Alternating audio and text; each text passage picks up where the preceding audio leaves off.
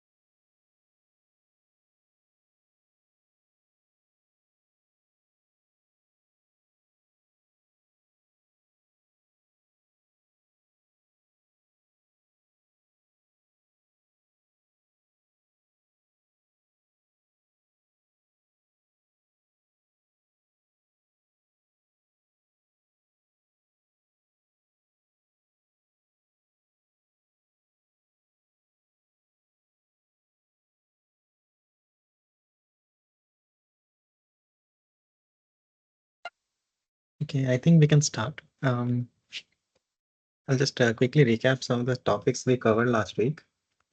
Okay, so yeah, okay. So we saw the this operator, which is essentially a pointer to the current object of the class. So let's say I have a class, my class. I want to access the pointer to this anyway, it's like a custom data type. So my class is obj object I have created, and if I want to access the object as a pointer, I use the this operator. Okay, and to access member functions, you have to use the arrow operator or any pointer which is a class. Okay, so here there is an explicit access that I am accessing X itself, which the class will have the access, right? So that is A. It takes inputs A and B, and then you set it to A, X to A and B. We saw this last week. Okay.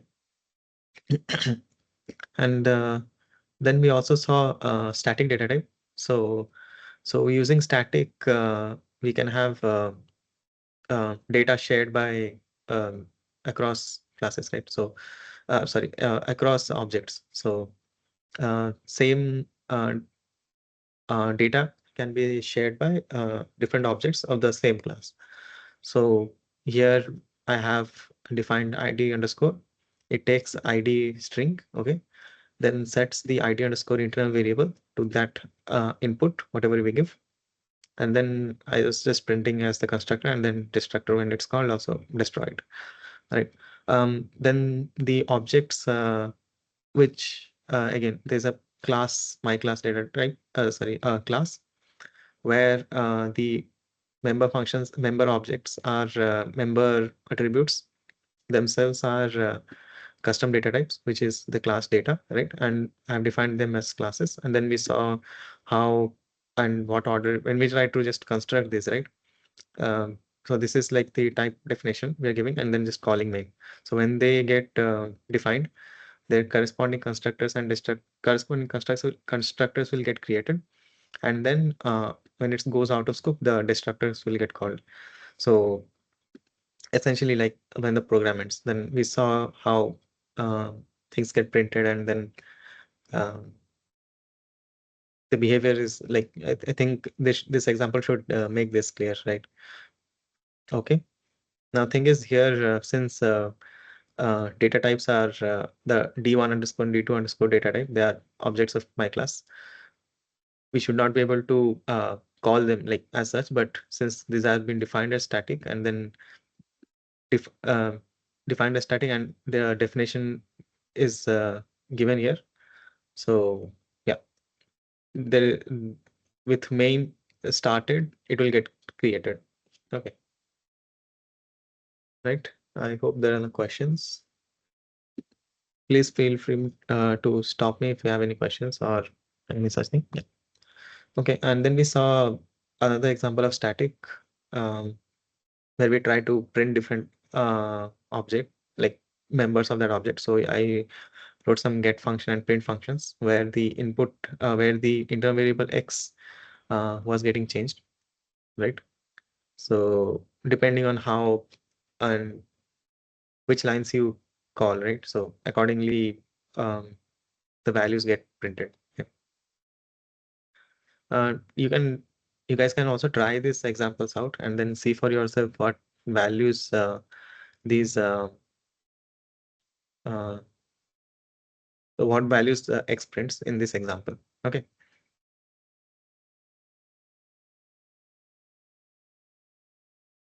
Okay. Right. So that was about static. Second example, right? Another example of static is um. Okay, the difference being okay. I was printing something different. Okay. Yeah, the order was probably just changed. Yeah.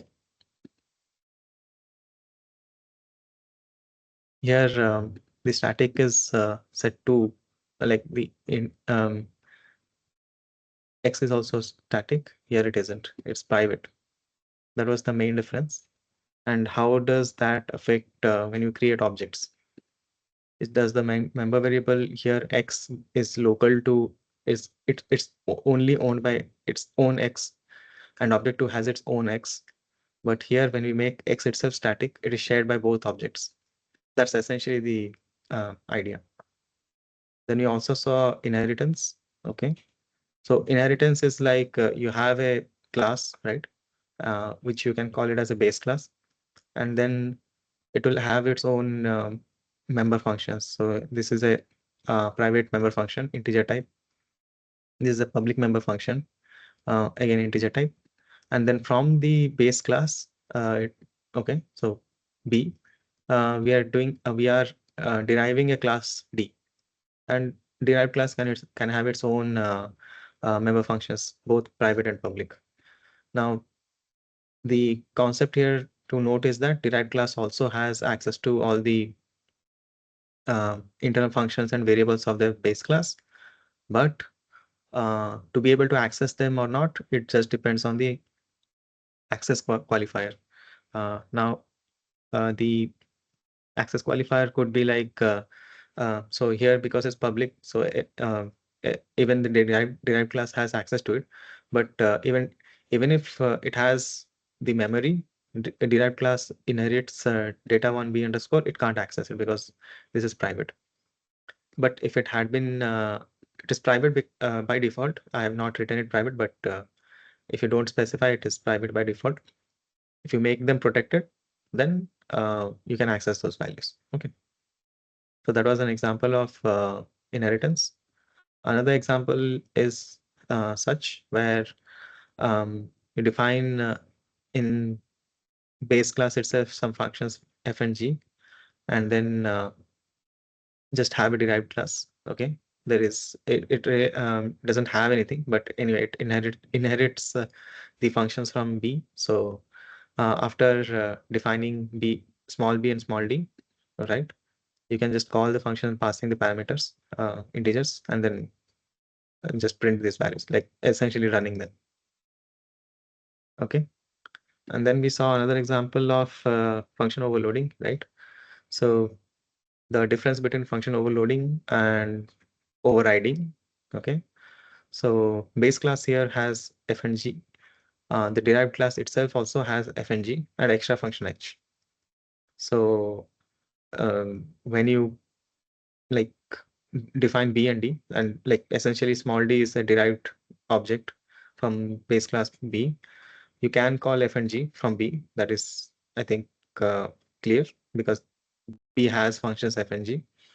But then when you try to try to call function f as a member of t, the overridden function will get called. Okay.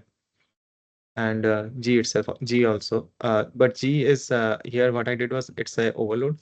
Be careful, because here the data type is integer I, right? So here it also was integer I. So it was more of a override because it's the same data type. Input parameters are also same. But here in case of G, it inherits the G with integer input parameter type, like that function itself. Also, it has its own with which takes float. So this is more of a overload. Okay. So I hope this is the difference is clear. And there's an extra function h, which also you can call, right? Okay. Then another example we saw is of um, again about inheritance, where we're using the protected class, protected access qualifier, right? There, um, the idea is that the 3b underscore data 3b underscore, that should be accessible by the derived object also, right? Derived class. Derived class will have its own member function, member data, and public and function also, right? And yeah, that's it, I guess.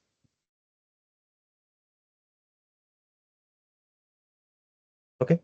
And then we saw about friend classes, where let's say you want functions to access, if a function, let's say here is a friend of this class, it can access the even the private members, right? So data underscore also can be accessed. Okay. Right. I hope there are no questions. If you guys have any questions, feel free to ask right now, or you can move on to the today's topics.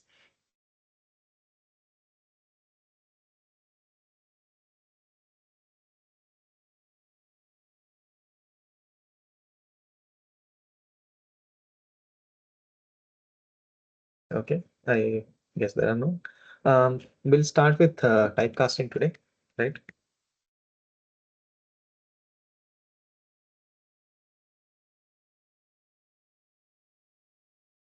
So today we'll learn about typecasting.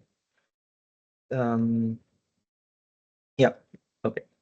So as usual, I'll include IO stream just to print some values, right? As usual, we'll have a main function and then have everything inside. Okay. So I'll define something called integer. Let's say we'll go with some custom data types.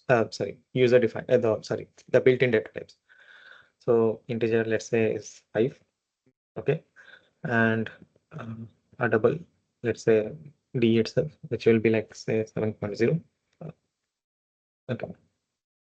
Now, let's say I uh, define again, like rewrite d equals to I. Okay. So do note that here I is an integer and d is a double, which is 7.0. Okay. So they are actually different data types. So integer in general is of 4 bytes. Okay. And double is of 8 bytes. It's essentially like how you want to represent any number. So integers can be like I guess to if we just take integers signed, right? I think it goes like 2 billion or something, plus minus, about something like that. So integers still then you can represent exactly. So the bits are they follow a certain rule, like prescribed by IEEE. So those bits are arranged, and so essentially the integer, when we say I is an integer, it will take up space of 32 bits, 4 bytes or 32 bits. And how does the compiler itself interpret this like this arrangement of bits is defined by the data type. So if it says integer, then it will have its own rule how to interpret these 32 bits, and then you know get the actual value. Like here it says 5. So how will 5 be represented in the computer? That is what will be taken, like compiler will know how to do that. But then again, the important thing here is it is 32 bits and of integer data type. So it will have its own rules how to interpret those 32 bits. Coming to D, which is a double. So here it follows the IEEE's floating point representation, where here it will be 64 bits, but let's say we take float f equals to something 5, let's say 2.0. So to make it clear, both of them are 4 bytes. So integer is 32 bits. Again, float is also 32 bits. So, um, but do remember the way, again, they are both uh, for the compiler, for the computer, I takes up as much space as F, but the way those bits are stored and interpreted are different, because this is an integer and this is a float. Which is a like it's essentially you can think of like whenever you want to represent floating point numbers or something. So we use float and double, right? So let's say we call any number as float, that will have its own rules of interpreting. Okay, it's the same 32 bit bits like storage. Okay, but it's how you interpret those bits. So for float, it will be different than integer. Okay, I hope that is the distinction is clear. Now it's double is essentially an extension of float, where the rule is extended to have 64 bits. That's it. That's the essential difference. But the important difference is that integers have their own way of interpreting those 32 bits, and float have their own way of interpreting those 32 bits. Okay. This distinction will be important because of um, what we're going to learn. So just keep in mind, because you can always typecast one thing from another, but what is it essentially you're changing? So you can have losses or not, because if let's say you're going from 64-bit to 32-bit or 32-bit to promoted to 64-bit, what kind of differences can you have, right? So uh, just something to keep in mind, right? So let's say coming back to the example. So let's say I write d equals to I, where d is the double, right? It's 7.0. I am just writing d equal to I, where I is a integer. What do you guys think will happen here? Any guesses?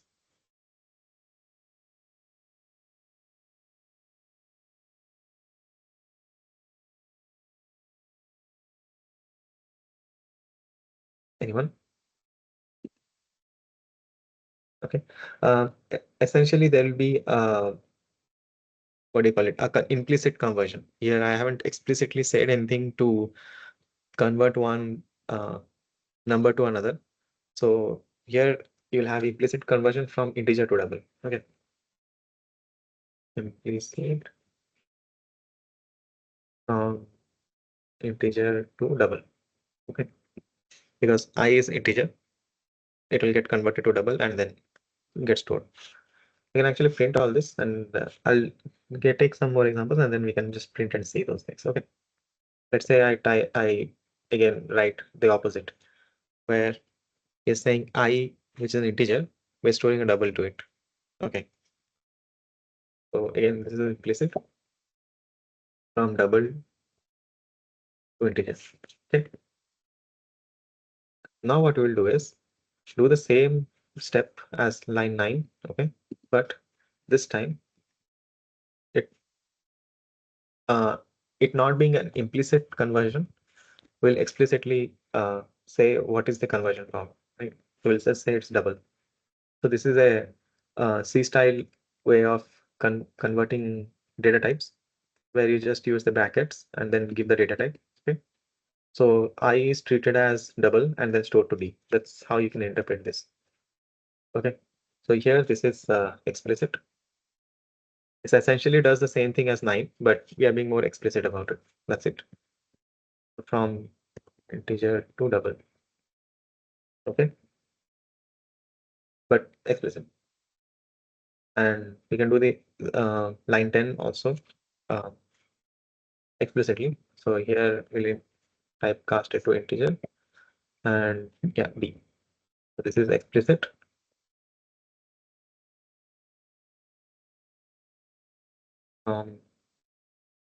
Double to integer. Okay. Now let's print at each step. So we can have sorry,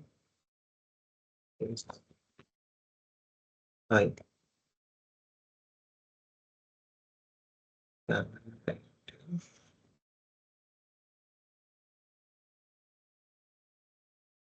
F G F I F G. Okay. Now let's print these values also and then see. Okay.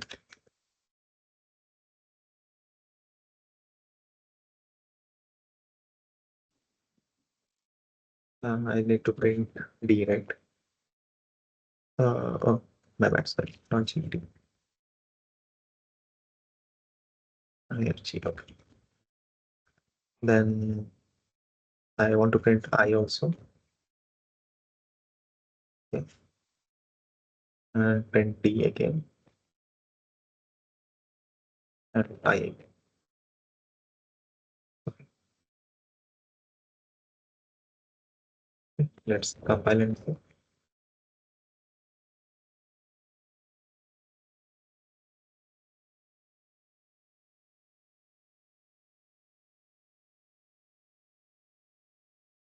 All right. So as expected, first three are essentially just printing values IFD, right? So I is 5, okay. F is 2.0, so it prints as 2. Uh, for you might be wondering why isn't it printing the decimals or something? You can set precisions in couts and all, where depending on how much decimals you want to print, you can just set that also. So it's essentially um, under the again standard namespace. So you can look that function also. It's std. I'll just give a reference here. Precision set by standard precision. Okay. So 2.2 is F, right? And then 7, D is 7. Okay. Now when we write D is 1, D is I.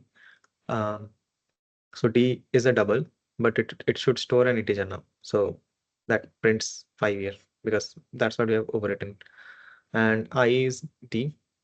So that now stores 5 again, right? Because we just over it and then again back. So 5. Then similarly for D and I, it's essentially the same steps, but now it's explicitly converted. To make it more interesting, let's put actual values, which can't be represented by uh, integers, right? So these are actual numbers. So it's not just 7.0 or 2.0, which can be exactly represented by integers. Remember, like I said, for modern systems, integers with signed integers, you can go like plus minus 2 billion, about 2.4 billion or something. So all the values, all the integers still then can be exactly represented. Okay, let's see. Okay, great. So, right.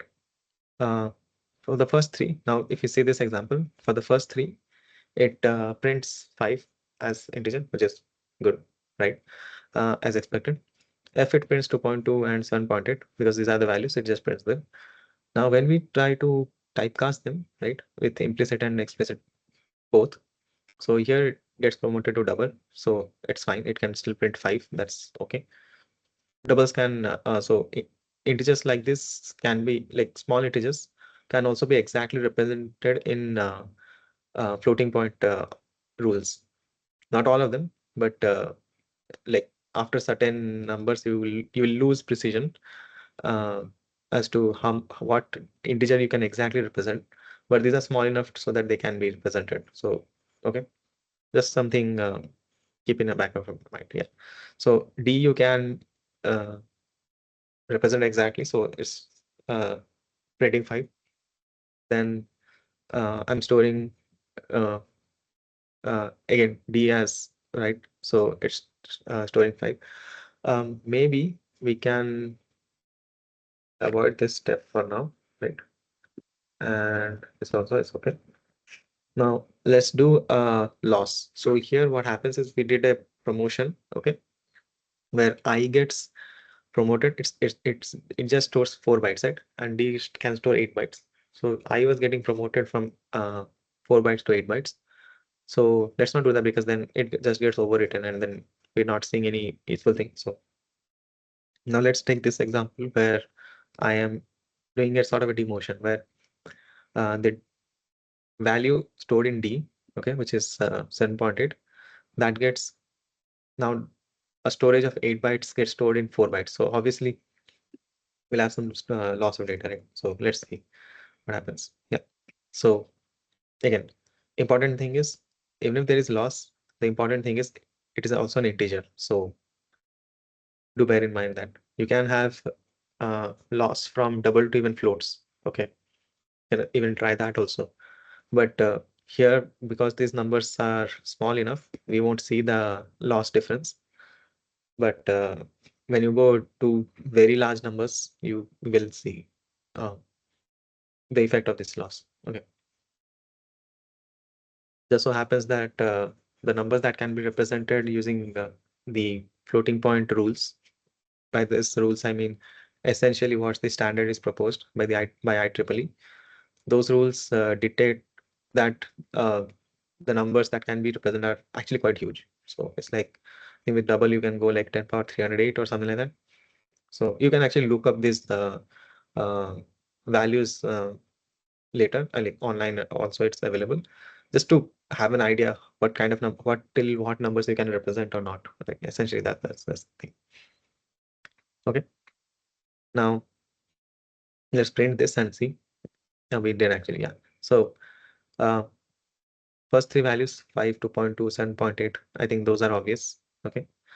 Then we are printing I equals to D. So here when I'm printing I, now has to be an integer. So D becomes from 7.8 to D, just 7. Okay. And then those are expressed. So I hope the loss of data here or the conversion here is clear. Okay. Right. Then let's move on. I hope the idea is clear where implicit and explicit casting is done. Now, important thing here is that I use something called a bracket with double, right? As you can see, yeah, here. So this is the C style of doing it. There are C++ style also. Okay, you can do the same. Uh,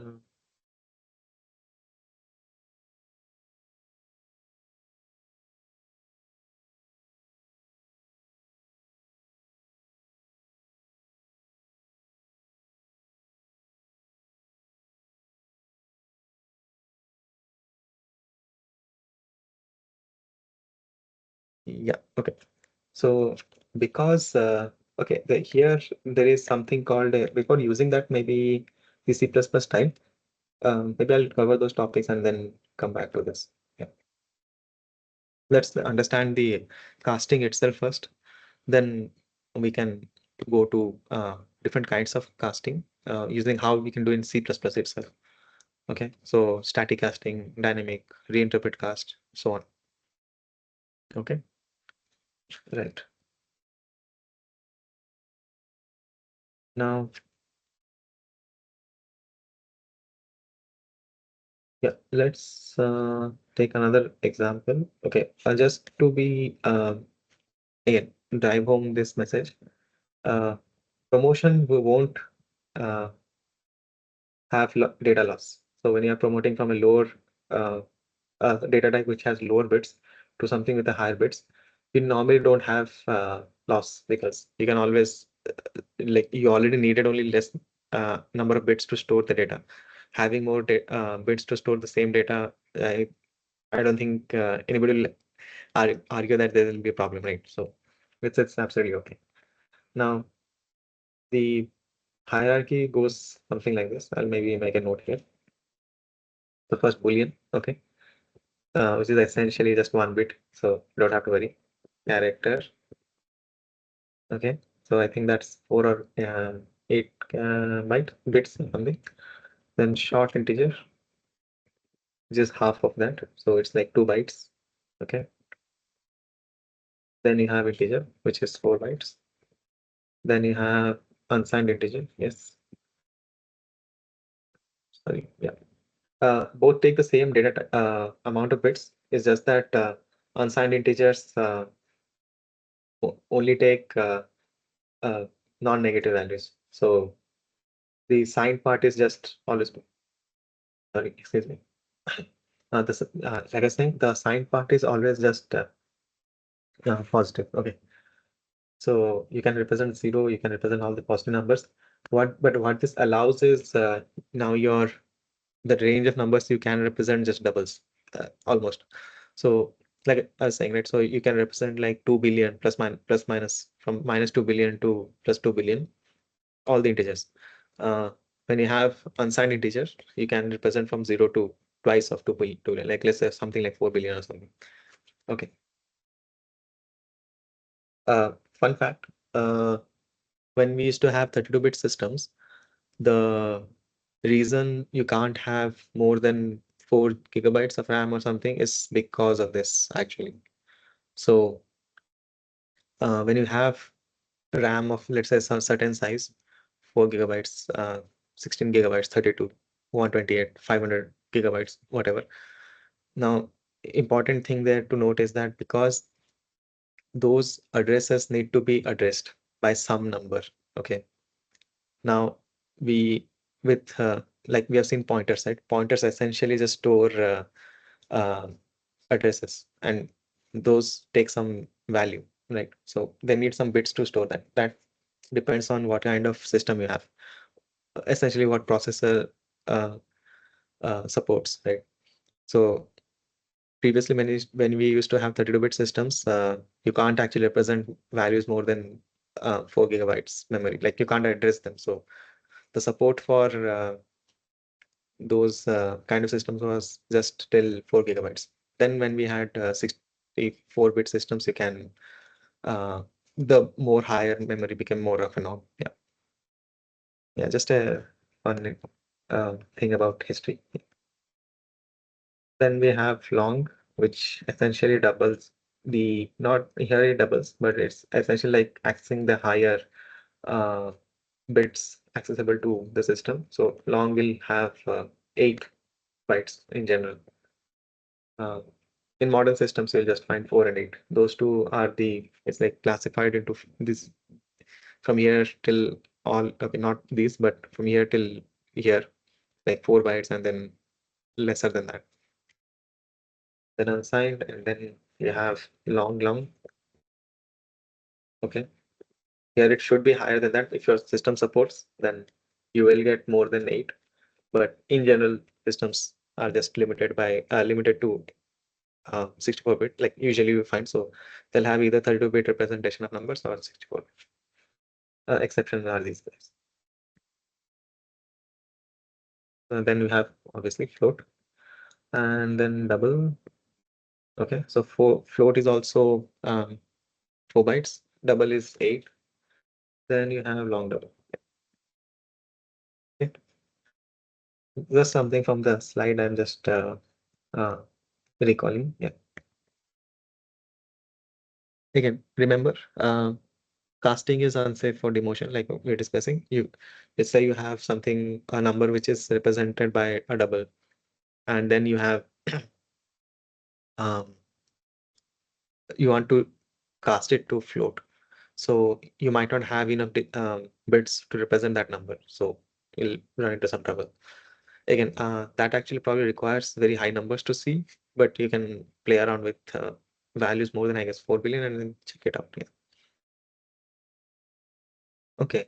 So let's see this same typecasting. Okay. Maybe I'll just call it one uh, for pointers.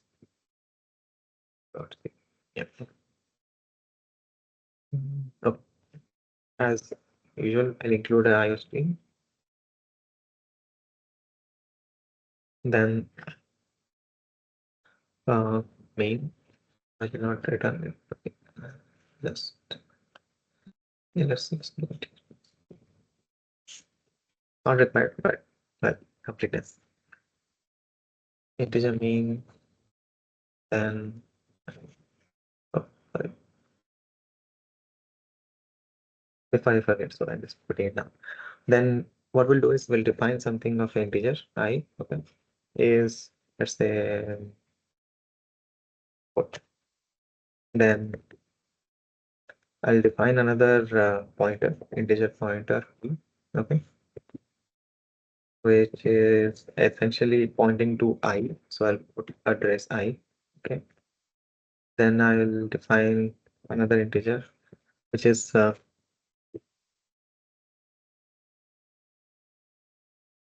there's a question in the chat.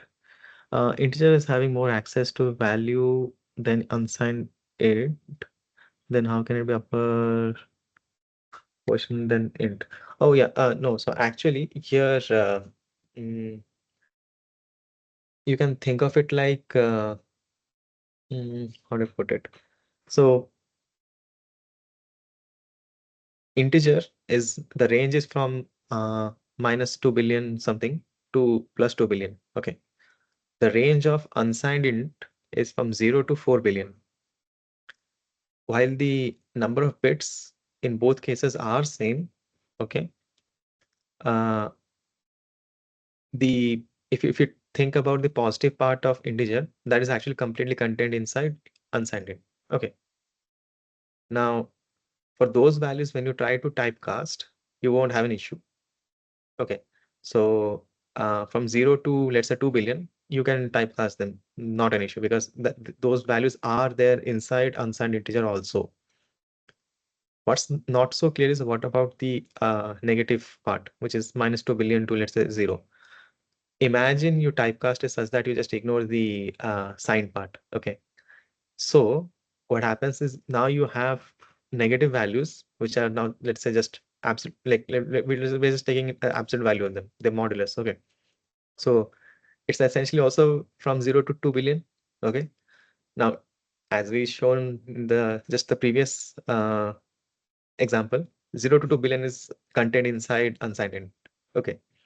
So you won't have problem when you try to typecast. Okay. I hope this is clear. Let me know if you need more explanation on this. Yeah. For integer, you can, for positive and 0, it's not an issue because they are already inside unsigned integer. Okay. It's the negative part which might be a little confusing, but you can think of it like when you're typecasting to unsigned integer, it can't have a sign. So it will just convert them as positive. That's it. Okay. Okay. I hope that, yeah. Okay, great. Yeah. Yeah, that's clear. Okay. Now, what we'll do is define, yeah, moving on. So we'll define A, okay, as like uh, array. We have seen this before. This is a C style array. So you can use some parts of C also inside C++, but just sometimes makes life easy. So, yeah. Then I'll define a double D, which is one, no, let's say 7.8, like before. And okay, another pointer. Okay, so pointer of data type double, which will store the address to D. Okay, now so these are some of the integers I defined. Okay,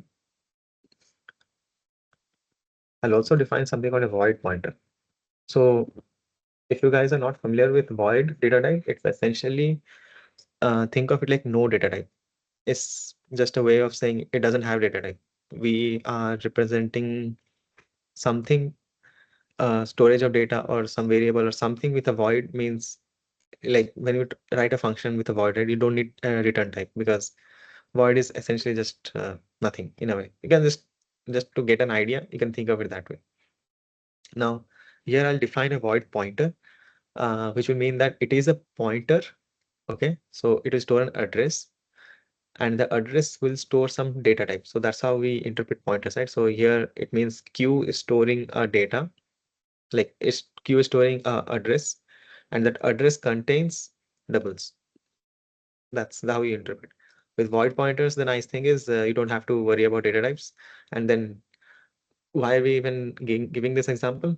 The nice thing is you can then reinterpret them as you wish. So you can um, have, let's say, address stored in some pointer. Let's say void is R. Okay, I'll end it.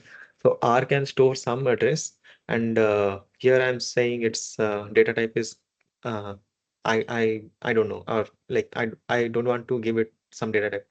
You can reinterpret the same pointer and then use it as an integer, use it as a double. That's up to you. Again, um, with the limit that whatever the address it is pointing to, those block of memory you have access to in the for the program. That's it. That's the only constraint. So otherwise you'll end up getting segfaults. But the idea is that the data type that I'm accessing, the pointer is storing some address, right? The data type I'm accessing from it should be accessible, whatever range I'm accessing. But in what chunks will I access? Like, do I interpret them as integers? Do I want to interpret them as doubles? That's where this typecasting helps. Okay, it depends on use cases. Interesting example will be actually you can look up the fast square root algorithm where there are some bit manipulations done where essentially you rethink whatever data is stored in some memory as another data type. It's a quite interesting read up. You can I encourage you guys to look at it. So because of that algorithm, now inverse square root is quite fast. Okay, right. Okay, let's moving on to understand this example itself more clearly. So let's say I do q equals to p. Okay, and do p equals to q. I'll just sorry give you some examples. Then you guys can try for some time. Okay, so and then I'll do this double. Okay, pointer p and equals to integer pointer. Okay, q. Okay. Uh, See, do note the difference here. The uh, explicit conversion was from sorry, the explicit conversion was from double, like this is double data type, right? Sorry, integer data type. D is double data type. So that's how I was converting. Here, what I'm doing is because these are pointers, so this kind of typecasting is sort of required. Then think it that way. Reinterpret P as a double pointer and store in Q because Q is a double pointer, right? Things like that. So that is one. And let's say I put R equals to P and then P equals to R. Okay. And P as integer pointer R equals to E. I had defined it, correct? And A equals to P. So I want you guys to think about this question. Okay. Like, uh, again, important thing here is that can you do this even? So, like, if I just simply write something like this, is it even allowed? Is it even going to throw error? Or if it's going to do something, what is it exactly going to do? So just think about it. I'll give you guys some time. You can write your answers in the chat.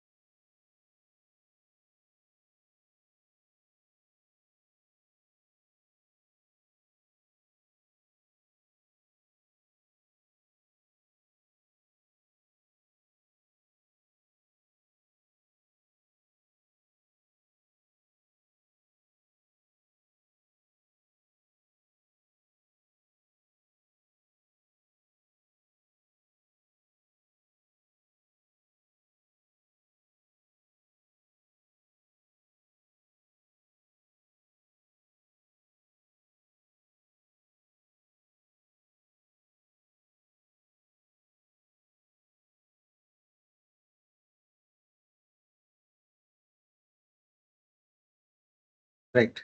So we have an answer to give error at assigning R to P. Yeah. Okay. That's good. Yes. So let's see what is that. What happened? My bad. Sorry. Should compile to. Yeah. Great. So we got some errors. So let's see each other.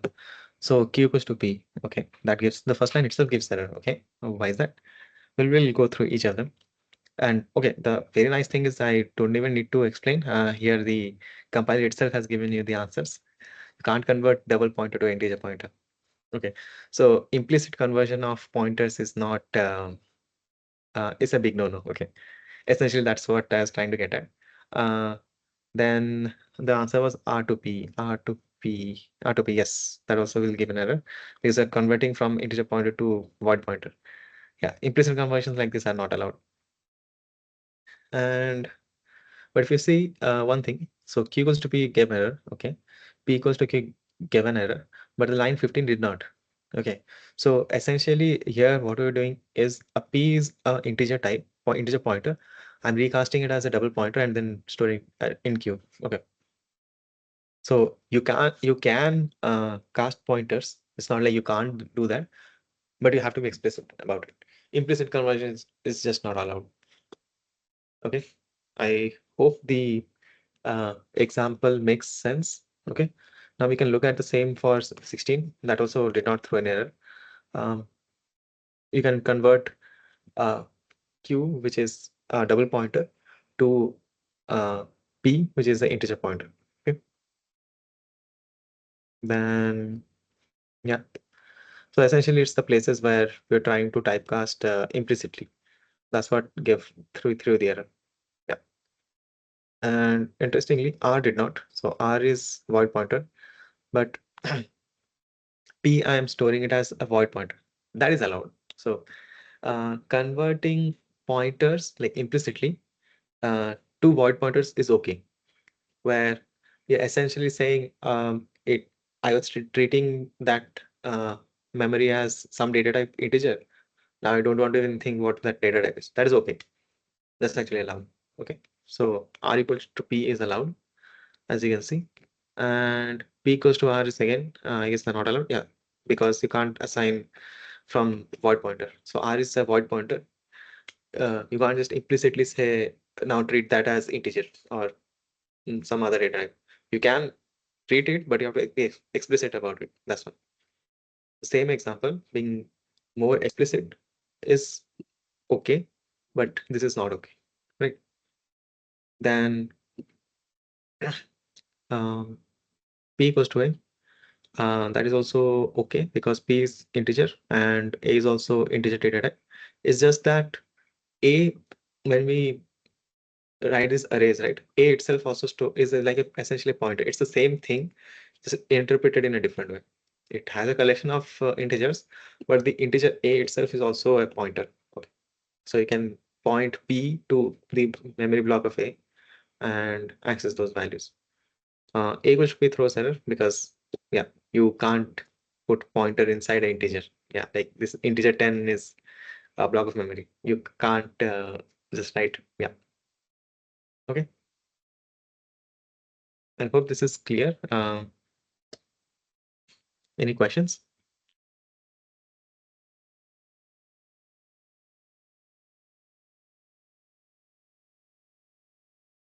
Okay, let's move on then. Okay, I'll just maybe make a note here. Reference. Uh, Error. This is also error, right? Yes. Equals to Q is also error. This is okay. This is okay. R equals to P, I think is okay. P equals to R error. This should also be okay. Then I think it's to yeah. Yeah. Okay. Okay. Good. Any questions so far?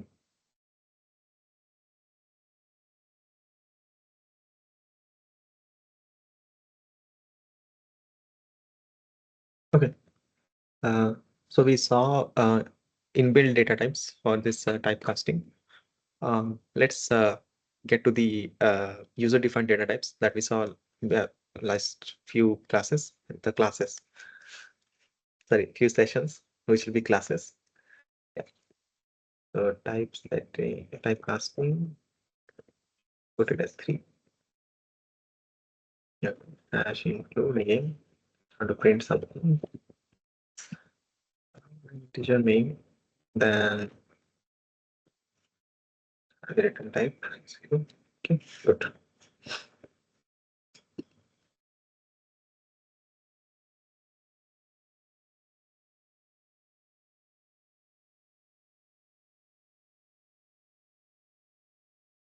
Now let's define some classes. Okay, so I define class A, okay, which will, let's say, have, sorry, which will have some private variable, let's say I, integer I. Okay, then another class B, okay, which they're not like derived classes or anything. It's just two uh, user-defined classes. Okay, A and B. That's it. And now B will have, let's say, double. Yeah, B. Integer I, double D in both these classes. Now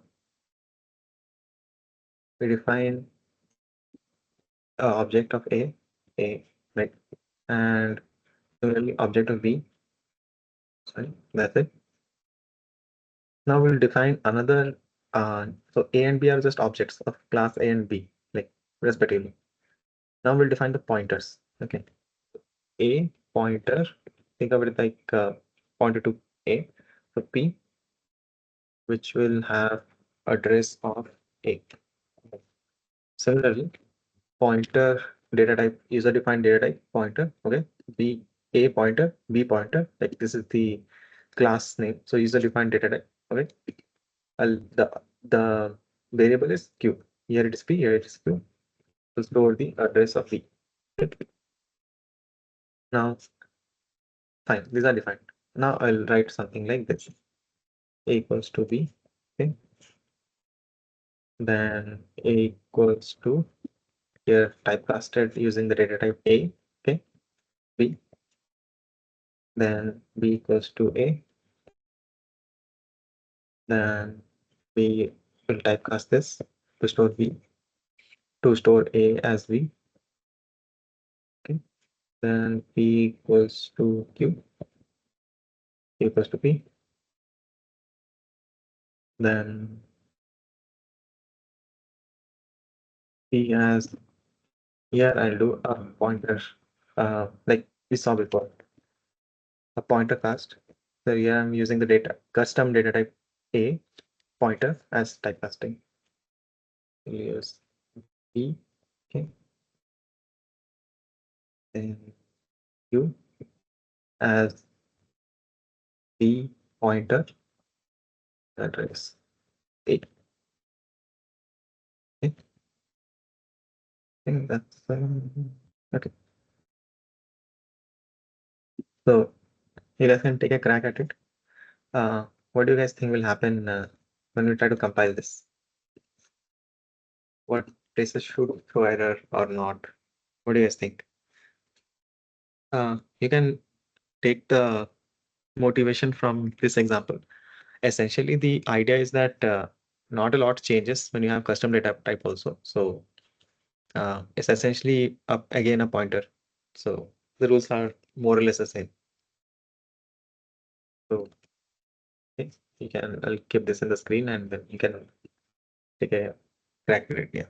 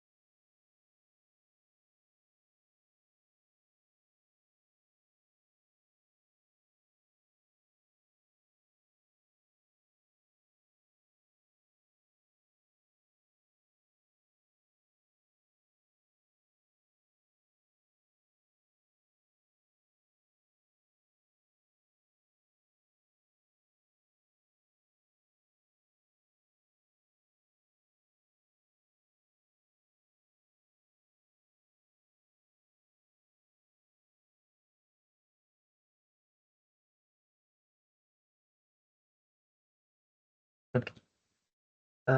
Let's go to the answer now. I'll compile it and then see. I guess we can just go through the um, errors that compiler gives. Oh, sorry, I think this. Oh, yes, this bad. Okay. The rest of the errors should be.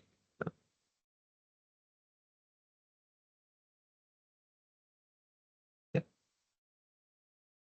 yeah, okay. We wanted the errors from here now. Okay. So let's try to go line by line, step by step, and see uh, where the actual error happens and then why does it even happen. So here we define two classes, right? Class A and B, each with some memory variables like I and D. Okay. Now object A and B are defined as with data types A and B. Okay, that is I think clear till so far so good. Here extra thing what I did was I now define a pointer of data type A pointer, and Q also of data type B pointer. Okay. Now those two I store the address of A object A and B in that. So that is also okay. Now when I do A equals to B, so here I'm trying to implicitly cast object of class B to an object of class A. This is not allowed because yeah, here the compiler also gives you the warning, the error actually. You can't convert classes. So unrelated classes cannot be implicitly converted. Okay, that is not allowed.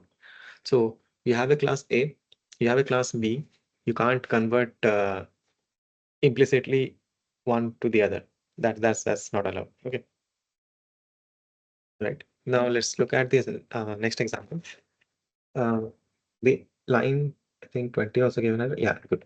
So that also should give an error because even if you try to explicitly cast it, okay, just like I'm interpreting B as of data type A.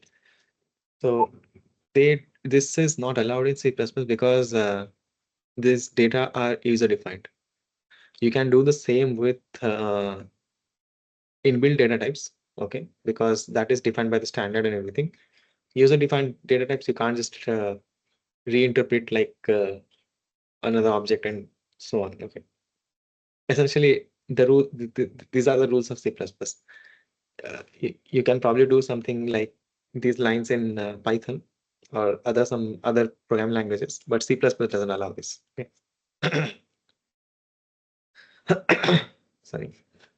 Yeah, I think line that is done, and then B equals to A also. Same interpretation, same arguments. You can't. It doesn't matter if I'm writing data type B to A or A to B. Is the result is the same? We can't explicitly or implicitly convert user-defined data types, which are the classes here. Okay. Now, what about this P equals to Q? Yeah, that is the key thing. Okay, again, pointers. So implicit conversion of pointer is also not okay. So you can't convert. So the takeaway from here is you can't convert data types. You custom define data types implicitly or explicitly. Even the pointers also you can't just have implicitly convert. Okay. But this line doesn't throw any error. Now, the reason for that is it takes that address and then interprets as a pointer and then stores in P, because P is a pointer data type A. That is okay. Similarly for Q. This is allowed by the compiler, okay, for the compiler, where you're doing the taking that address and then doing it. Note the difference here. We're not taking the data type. So Q is a data type. So when you're trying to put P equal to Q or something like that, then it's an issue. The compiler doesn't allow. Here it allows that, but yeah, then when you try it, because P has a different data type and everything, when you can reinterpret it and store it, but when you try to access some numbers or data, then you'll have errors. Okay. Actually, you can run this and then check. So mm, yeah. So P is a pointer, right? So I'll access the member by P is of data type A, so it should have I. It's not public though. I'll make it public.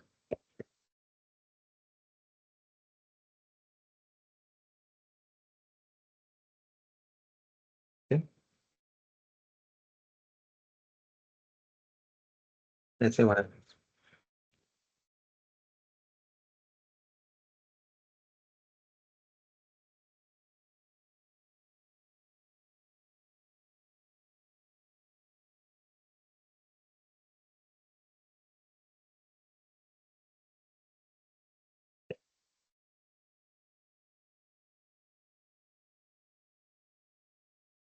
Let's file and print. Okay. Okay. So those are compilation errors are is what we're getting. So let's comment those. Yeah. Let's leave this there and try to run it. Okay. Yeah, it threw some number. We can actually do one thing. Set it to 0. Set this to 7. 7.0, but yeah. Maybe not 0. 6. Right. Warnings, but prints it. Yeah. Now, thing is, it did not print 6 though, right? This is what I was saying. So it will try and convert it to put, but thing is, it might not actually point to anything because B is of actual data type, small b is of data type capital B. So yeah, here P will not have this uh, actual member access, right? So you can actually, this is probably allowed, like not probably, it's allowed by C++, but um, it again depends on how you're trying to use and interpret this code. Like what do you want to do in the code? So something like this is not very useful actually. So you can probably do this, like you can do typecast like the address which is there, but trying to access members like A will have a member I, right? When you try to access that, it just puts 0 because here what's happening is it's going by the default initializer. So when P has P is created, right? So it'll have its own default something. So the object A and all. And when you try to typecast also, it's probably pointing to something, but then weird things are happening. That's yeah, 0 again, but sorry. Here I should be able to print Q's B. Yeah. Let's probably the same thing we get. So,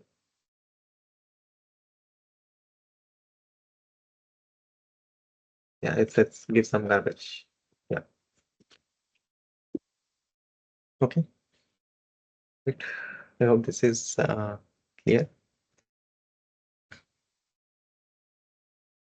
This is essentially like you're forcing casting to a pointer. Okay, this is actually dangerous, and we don't know what values it will get.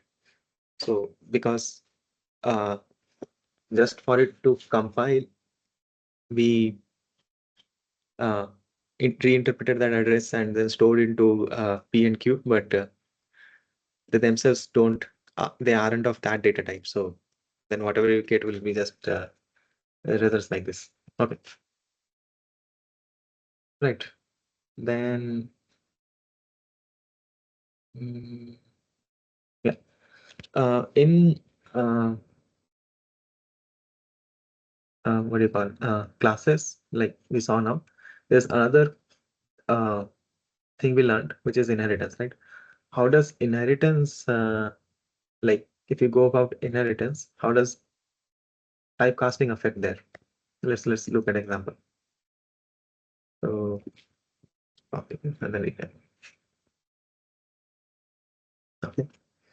Mm, uh, before, I'll have a class, okay, like this, and instead of just having a separate class, I'll make this a uh, member of sorry, a derived class of A. So I'll have maybe class A as the base, okay, and B as a derived class. Okay, so let's do it this way.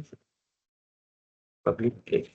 So now what happens is my class A is a base class, B is the derived class. Okay. I'll do something similar.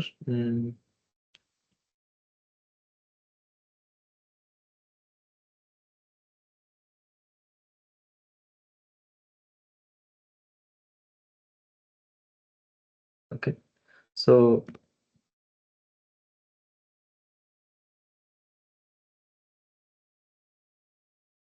I'll introduce something of a void pointer.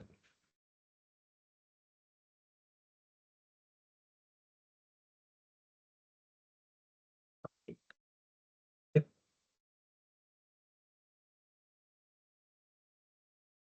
Now let's say I run this line where, remember, B is the derived class, okay, A is the base class.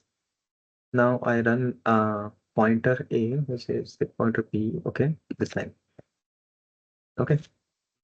So P is of type A pointer and Q is derived. Let's remove these lines for now. Anyway, those we have garbage, so let's not worry about that. This, and then anyway, we don't have. Okay. What do you guys think will happen now? Will it throw the same error again? Remember the difference current between this and now is uh,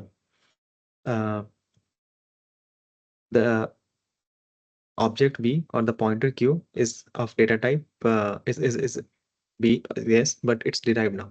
Okay. So let's try and printing that. Okay, one is other, but it ran perfect. Um,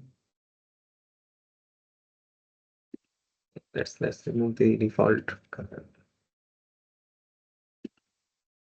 So yeah, actually it does. So there is a mm, the concept here is that you can't do unrelated classes, okay, but you can actually typecast or like promote in a way to if it's inherited, right? So you can store a derived class into like object or a pointer of it into a base class pointer. You can do that. That is allowed. It's like you can think of it like an up class. There is a cast. So essentially what I'm saying is there is casting on inheritance hierarchy in a limited sense. So we saw this, but what about this line? It's the opposite, where the B pointer, the Q pointer, which is of data type B, you're storing the base class into it. Okay. So yeah, that will throw an error. You can't assign um, base class pointer to the parent class. You can do the opposite, okay, not the other way around. I hope this is clear. In a limited sense, there is sorry, in a limited sense, there is typecasting available in inheritance classes, but not fully, like as we saw in this case. Again, yeah, in classes in general, you can't typecast. But if it's derived, then there is a limited way of typecasting where you can typecast the derived class pointer to the base class pointer. Okay. Okay. Now, as we saw, converting to void pointers was okay. So what about if I do this P or Q, right? Any guesses? Will the same hold in class case of classes also?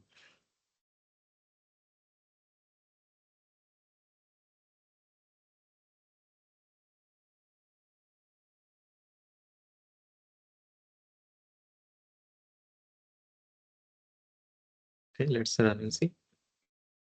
Yeah, that is fine. The only error that we get is at this line. Let's rerun and see. Yeah, that is allowed.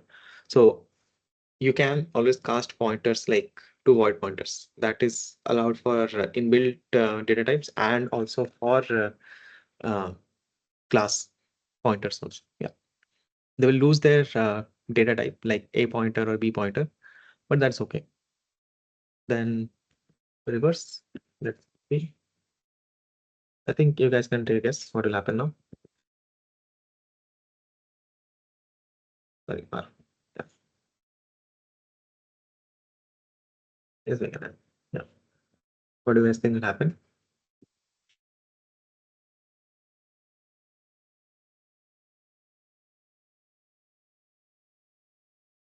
I'll make you no error.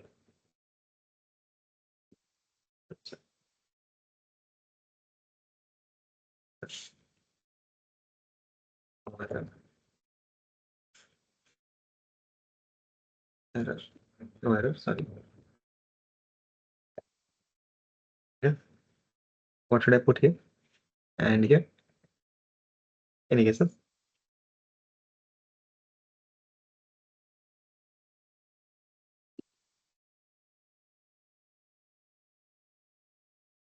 This will throw error because we're converting a void pointer to some data type. Okay, that's also what we saw, and the same also holds true.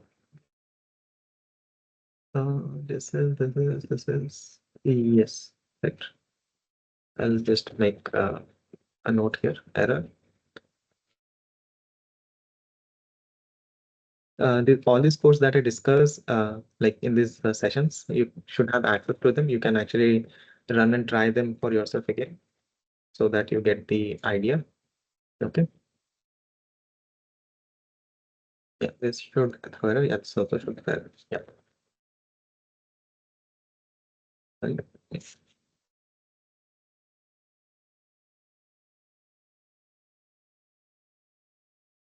Oh, it's already commented. So okay.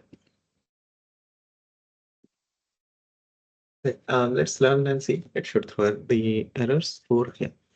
Yeah, as we expected. So these lines throw error because we're typecast thinking of implicitly casting void pointers to some data pointer, some pointer.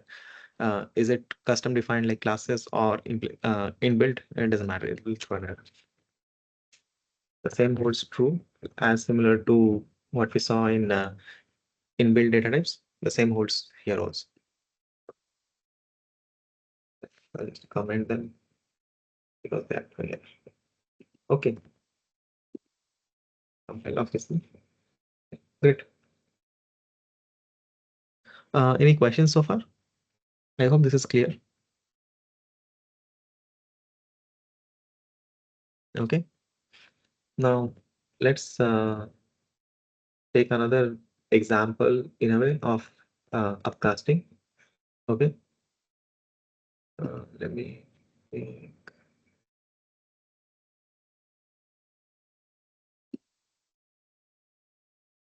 IOStream. Let me. Okay. I'll define similar class A and class derived class B. Yes. Difference will be I'll call this data A and derived from B, and this will be not double, but let's say A an integer. Integer data B. Okay. We'll define objects A of type A, capital A, objects small b, type capital B. And since these are public variables, I'll store the values. Okay. So data A as let's say 3, B is data B as 8. I want to write, I want you guys to tell me, I want to write B dot data now A. Is this allowed? Like what I'm trying to write? Remember the, yes, that's correct, Jaydeep. So this is allowed because the rules of inheritance here says that C++ inheritance says that you even the objects which are even the classes which are derived from base class, the objects will have access to the all the members of the base class. So data is accessible, like it's accessible and it has its own data type A. When I say data A object A will have its own data A, object B will have its own data A. Okay, I hope that is clear. Yeah, that's correct. That's the correct answer. What about I write I wrote B, so the B. Yeah, is this allowed? Yeah, it's not allowed, correct? Because you have to see each line individually. A object itself, yeah, it's a base class, but it's still a class, right? It doesn't have any, it's not derived also. It's the here it becomes a base class, but in itself, it doesn't have access to any data under data B variable. So this line is not allowed. Okay, I hope that is clear. Now what we'll do is define pointers of type A. Uh, call it PA, which will make for PA pointer A to pointer showing that A, and similarly B pointer to PB, we'll call that PB, storing the address B. Okay, now let's try to print stuff. We'll call it, so we'll print which values. So these I made public, yeah, I can print them. I am storing them, so should be printable. PA, what I'm trying to print is PA's member, which is data I. I'll use the arrow operator and then enter. So this is what I'll print. Okay, let's see. This now will be 5. Okay, great. Prints 3. So I hope this exercise so far is clear. So we define two classes. Okay, uh, taking A as the base class and B as the derived class. Each of it has some members. Okay, we define the objects, then store, like, because those member variables are accessible, we store the values. Okay, and now create pointers also and to these objects, and we want to access those values. We can change them also, like we did here, through accessing the pointer from that object. That also is fine, but it's just that I'm trying to access and print here. That's all I'm doing here. So similarly, if I do PB, I think that's the obvious, but let's say do it for completeness, just to see if we can print those values also. And we should have data here. I'll call this data.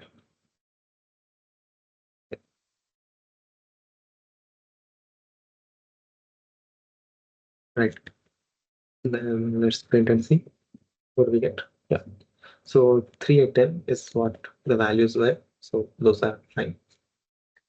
Now what we'll do is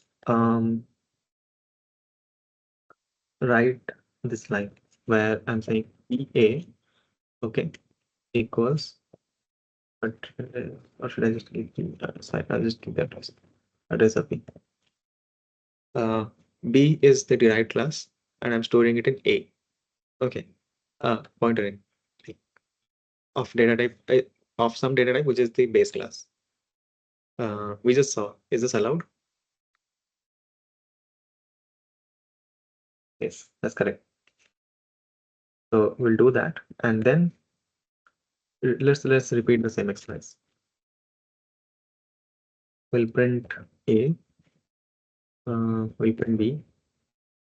Let's do the same thing, and data B, which is inside of B.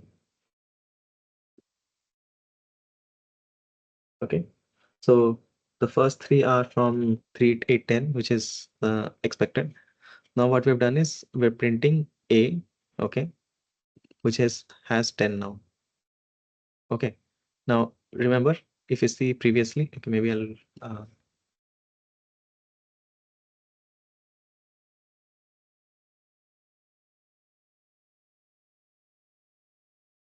give a line so that it's more clear. So previously we saw data A, which object of A had value 3. Now when we are using that pointer P, okay, and accessing data, it's having 10. That's because it's actually now pointing to the object P, not to the object A. Okay. Remember, P and PV are just pointers. You can store addresses to them. Now, what is actually uh, uh, what actual value is there in the address? That's all you are manipulating through pointers. In the sense, you're just changing where it is pointing to. That's all. Previously, it was pointing to A, and hence data underscore A, data A variable we saw 3. Now same data A we are seeing as 10 because it's not actually pointing to object A, now it's pointing to object B. Okay. And if I access B's data, that's like it's B. It's the same value it will print because it's B, because PB is still pointing to the object B. Okay. That I haven't changed. I just changed the pointer accessible from A. Anyway, I can't change that because of data type restrictions that we saw, but this is allowed, and that's the example for it. Okay. I hope this is also clear. Any questions so far? Okay.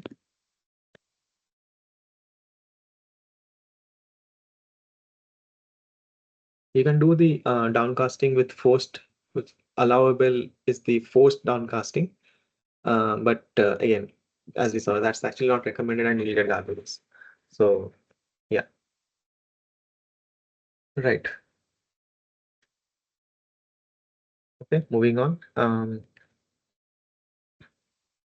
So let's look at something called static binding.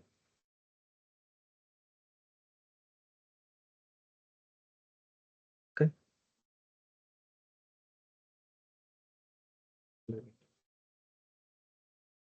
So this way of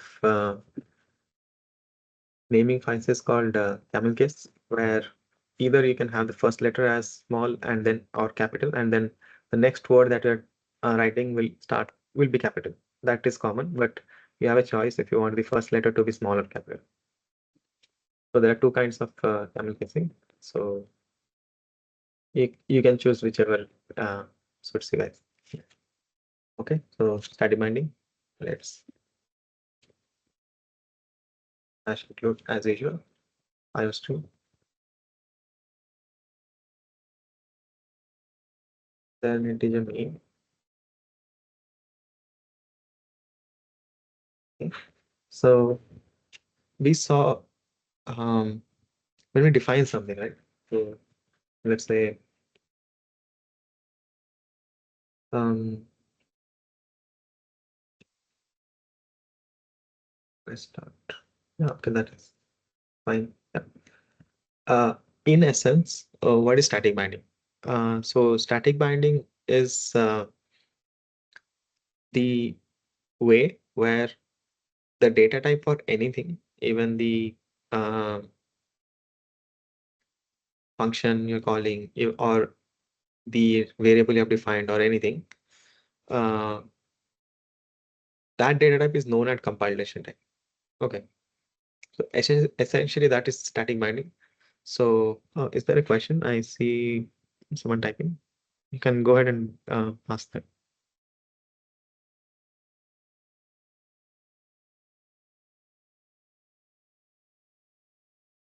or you can type it. It's so yeah.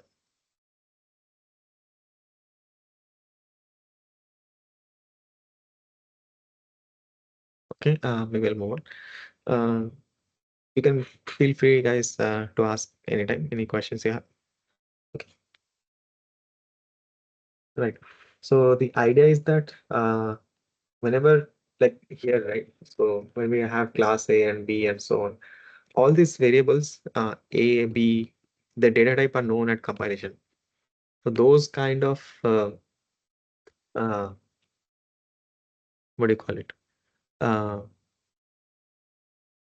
Bindings, like which function will get called and all that. That is static binding. Um, Essentially, that is that. This is done at compilation time. We can have function calls, overloaded functions. We saw overloaded functions. We saw uh, overloaded like you can have overloaded operators also. We haven't, I think, discussed that, but those also we can do uh, static binding. Dynamic binding, the other side of it, the dynamic binding happens when you have it's actually done at runtime instead of compilation time. Uh, it's done when you have function pointers and virtual functions. Okay, so let's see those now. The some advantages of static binding, again, because it is happening at compilation, you can have optimizations, of course. So it is the execution will be fast when you're trying to run because it's already compiled. So compiler does optimizations. So that is the benefit of having static binding. Dynamic binding is at runtime, so it is slower than runtime. It is slower than static binding. Okay. Now let's look at some examples of static binding. I'll just use the same some examples that we saw. Okay. Uh, yeah. I'll define a class. Yeah, B and derive class B. So let's call class B the base class, where where there is a function void f. Okay. Now there's no body. It's for this example anyway. It doesn't matter. So I'll define derived class D with that from B. Okay, and it will have some public. I should make this public. This is also public, and some function is a G or G and end it.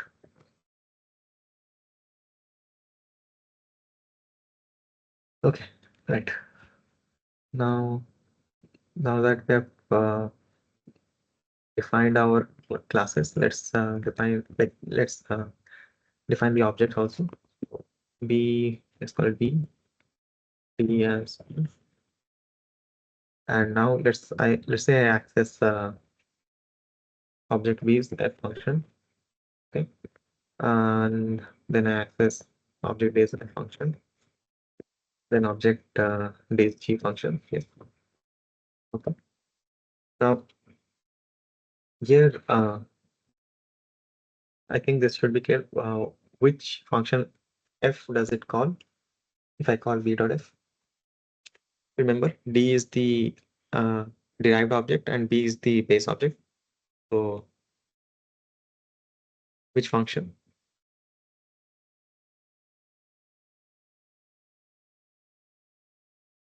Okay. I'll be like it is the same f because I only have one f.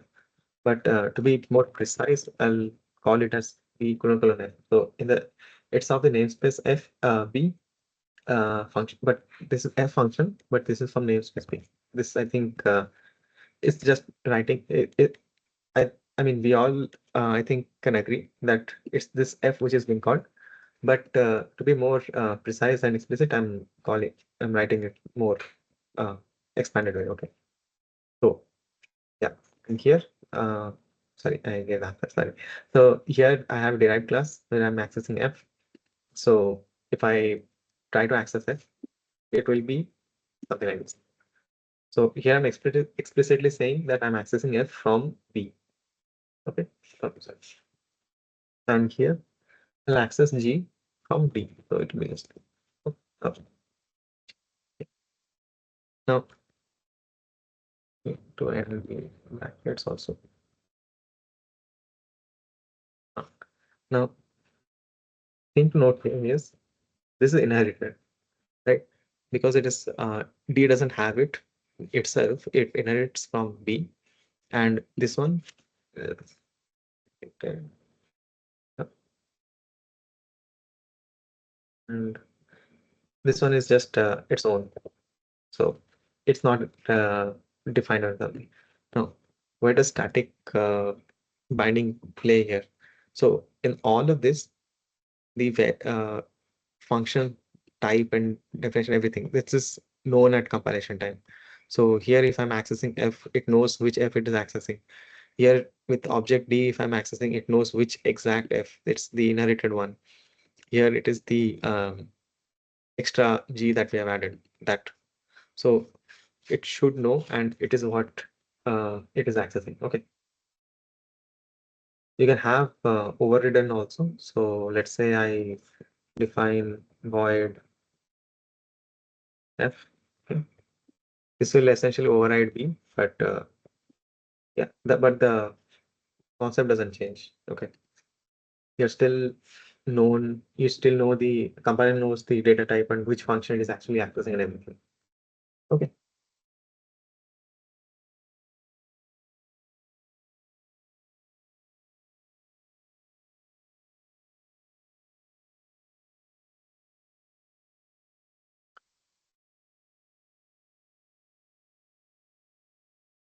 Yeah, maybe before dynamic, we can do this example.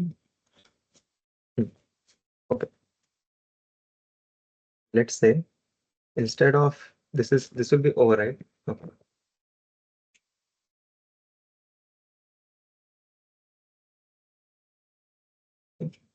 Um,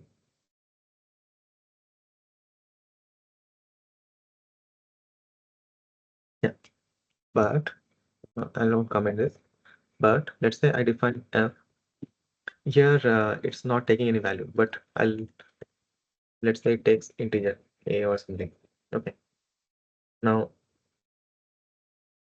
this is the overload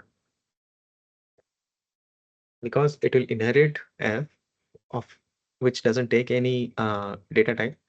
Here D, I'm just talking about D.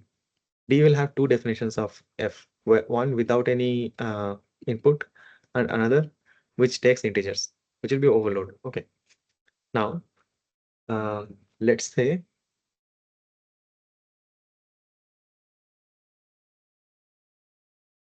yeah, sorry, I actually want to overload it.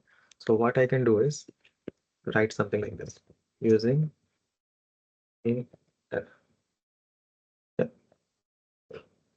So normally, it won't know which function it is taking or overriding or anything. So now it can overload this. Okay.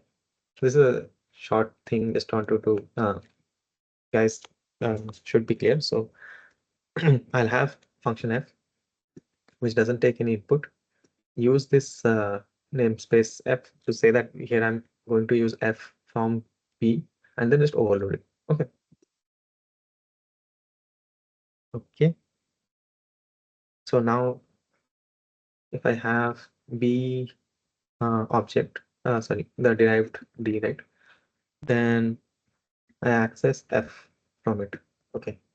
Now if I don't give anything, it will access this function. And if I, let's say I give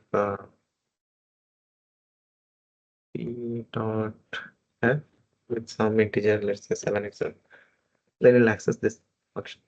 Okay, right. Now let's see, this is all about static, let's put this, there's there's that. Okay. Now let's look at, this is static binding, right? Essentially, the idea is that we know which it points to during compilation time itself. It will know all this, which function it is, what data type it is, everything. Now let's look at dynamic binding.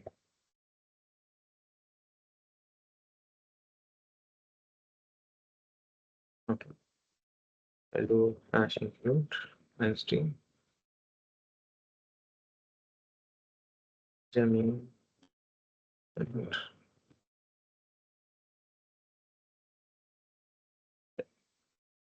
So So yeah, now what we'll do is I'll define something called a virtual function. Okay, so let's see what that is. I'll have class base class B. Okay, I'll make direct class from it with the most copy from it.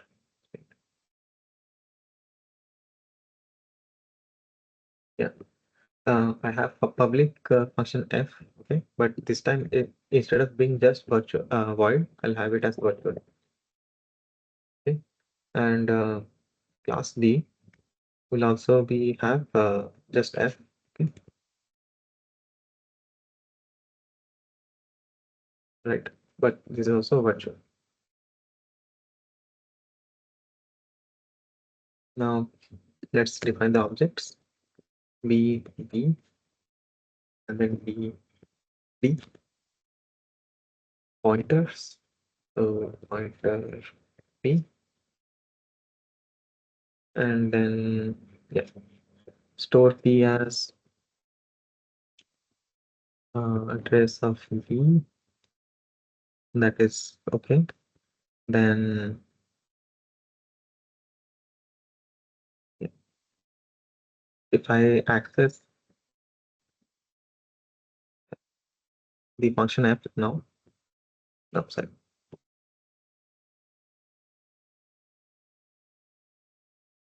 okay, and then I'll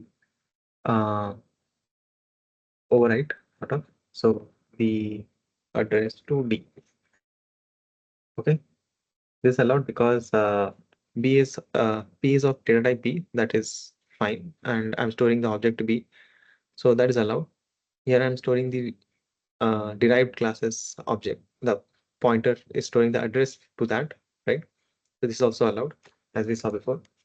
And then I'll print D, or print not print even, just like this, say call F. Okay.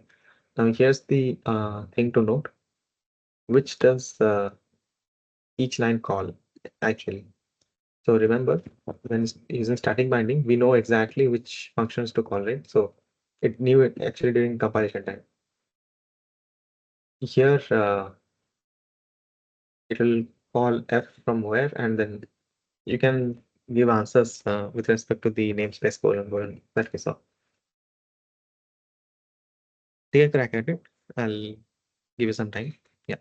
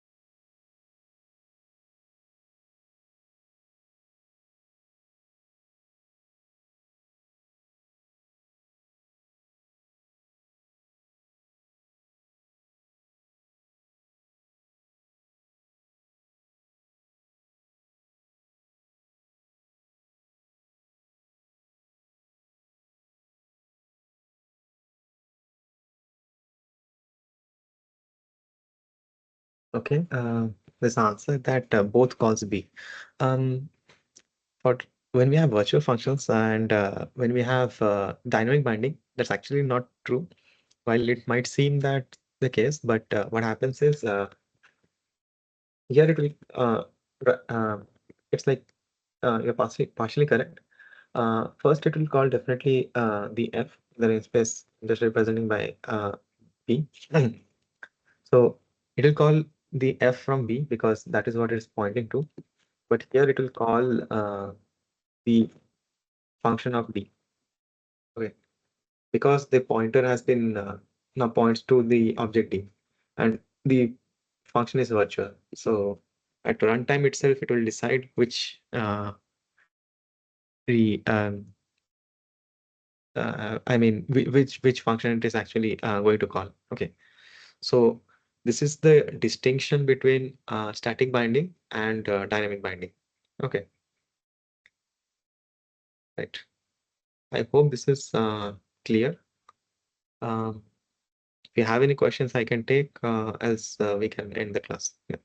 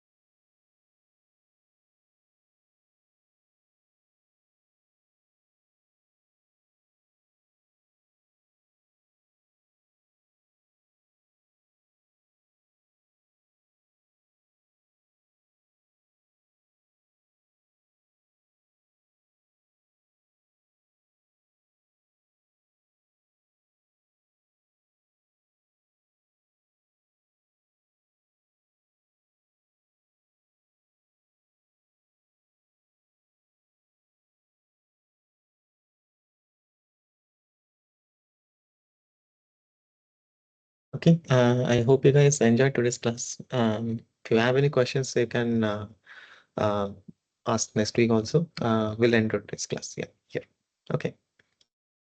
I do encourage you guys to practice. Like you can solve the same questions that I discussed, also questions from the slides and all, and do definitely do the assignments. So the more you practice and the more you'll understand these concepts. So that's one thing that I'll definitely keep repeating. So yeah. Okay. See you guys next week then.